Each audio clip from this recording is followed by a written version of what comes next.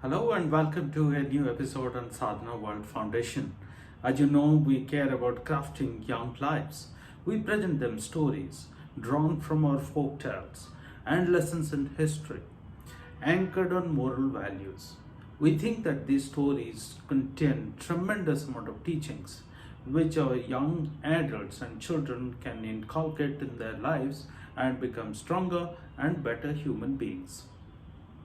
Today's topic is something which we encounter every day.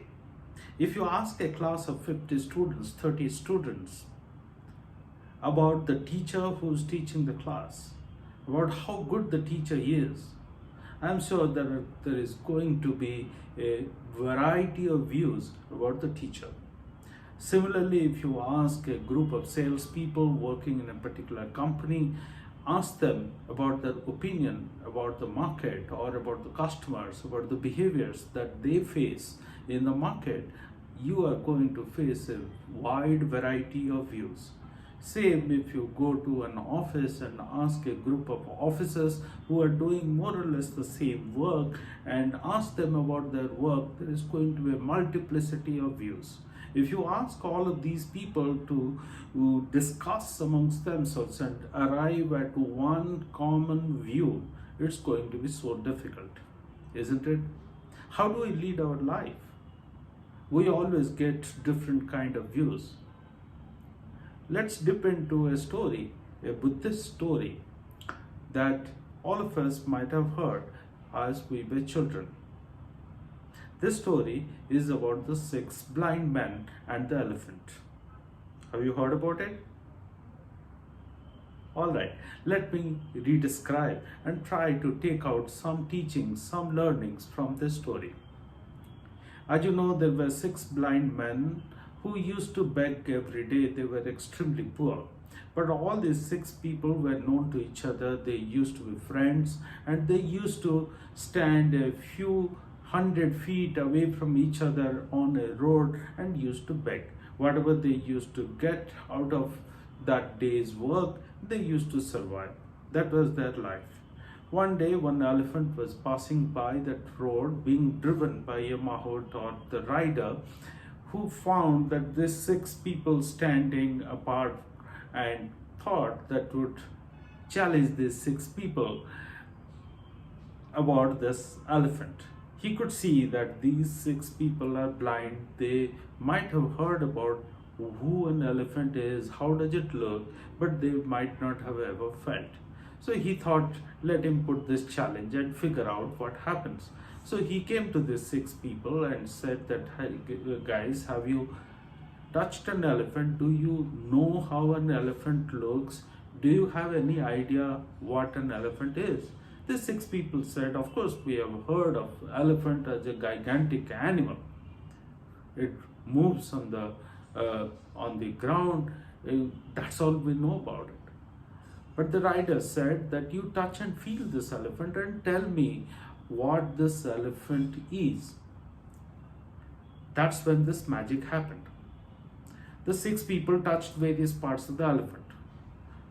Somebody held the leg of the elephant and said, wow, this is such a gigantic animal, it's like a tree.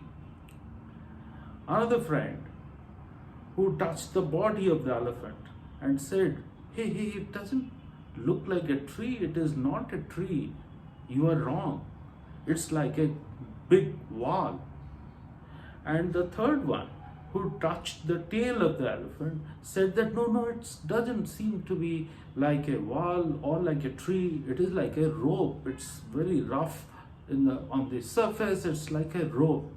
I can curl this up and it can make a strong knot. Then another friend, the fourth one, he was a little tall and he was able to touch the ears of the elephant. And he said, no, all of you are wrong. I don't think this is like a rope or like a wall or like a tree. This is like a big fan. And it possibly moves, and this fan moves so rapidly that the trees and the leaves, they all swing. That was the fourth person's view, and he was not agreeing with the other people. Then another person touched its trunk, and he says that this trunk moves like a snake. It looks like a gigantic snake. It's not a wall, it's not a tree, it's not a rope, it's not what any of you are saying. Then another person touched the tusk of this elephant. It was so smooth, it was sharp, and this person says that this seems to be like a giant spear. I have touched the face of it. Then this rider of the elephant heard all the six different views and said that, guys, can you come together and describe me in one sentence what this elephant is all about? Can you agree on your views of the elephant? But it was not to be. They kept quarreling. The rider of the elephant moved on. He left the six people to keep quarreling and arguing. Nobody was willing to listen to the other. They were not willing to come to a conclusion. But to be fair enough, one person felt it like a giant wall, and the other person felt it like a rope. The third person felt it like a spear, and the fourth person felt it like a tree. The fifth person felt it like a snake. The sixth person felt it like a fan. So it was all so very different. They were not even neighboring or allied views that you can combine them together and come up with a picture. They were not able to agree on it. One wise man was passing by after some time, and he heard these six blind men arguing about something. He came to them and he said that what's happening. Then these six people described what happened. The wise man who listened to all these six views, he said, would you guys listen to me? I have seen an elephant. I have heard all of you. Would you listen to me? He is not known to any of these six people. However, since they had fought over it so much that they were almost exhausted, they were kind of resigned to the fact that they can't agree on it. So they listened to this wise man. And this man, you'd be surprised what he said.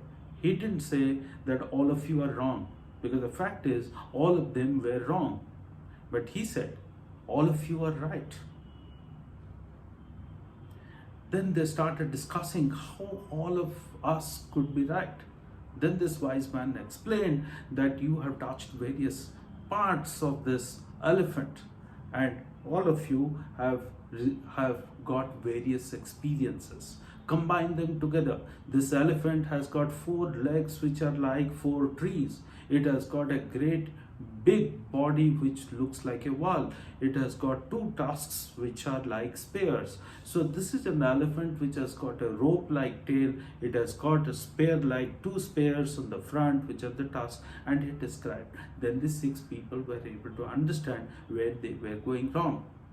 This is like if the class of 50 people not able to agree whether the teacher is good or the teacher is bad, or a group of salespeople who are not able to describe who their customer is and how that customer is behaving with them, and so on in life.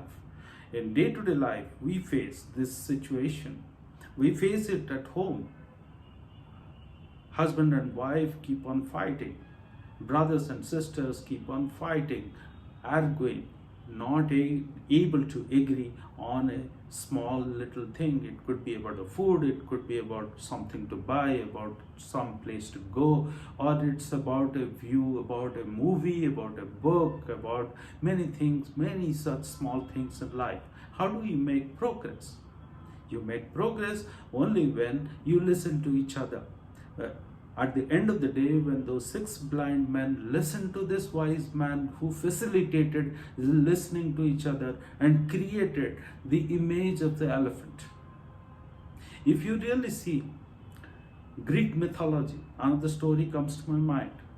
All of us might have heard this story as well. The Battle of Troy. All of you would have known about it, or rather most of you would have known about it. You know, there was a marriage which was happening in the Olympians, and the Olympian gods were invited to this marriage. And for that wedding, the goddess of discord, Ares, was not invited. She got angry. She wanted to teach a lesson to the Olympians. So she threw a golden apple on which the it was engraved that for the most beautiful goddess, for the most beautiful goddess. The golden apple had this engraving. This golden apple came and fell there, and the people present there tried to claim that apple. There were three most beautiful people in that time, three beautiful goddesses. Hera, the goddess of the household, Athena, the goddess of the skills, and Aphrodite, the goddess of beauty. All considered themselves to be the most beautiful goddesses of that time. They kept arguing, they could not come to a conclusion. Even Zeus could not really resolve this conflict. So they all were advised that you go to Prince of Troy, Paris, his name was Paris, who has the most appreciation of beauty, and you go to him and decide who is the most beautiful. So the three of them tried to influence Paris, and finally he had to agree with one of them. So he accepted the proposal of Aphrodite, and then of course Athena and Hera were extremely angry and upset about it. So then the Battle of Troy happened, and all of the rest is mythological history or belief or whatever you call it. So what does this mythological story tell us? What does this Buddhist story tell us? Both of them are telling us the same thing. There is not one truth. There is nothing absolute in this world. You cannot have one most beautiful person. You cannot have one best teacher. You cannot have one best customer. You cannot have one right answer about food, about life, about ways of life, and so many other things in our life. So there are multiple things which are right. We need to appreciate, we need to listen, we need to understand, and then only we find success in our lives. Ladies and gentlemen, thank you very much for listening to this story, and thanks in advance for spreading these timeless pieces of wisdom which are available in our mythological stories. Thank you very much.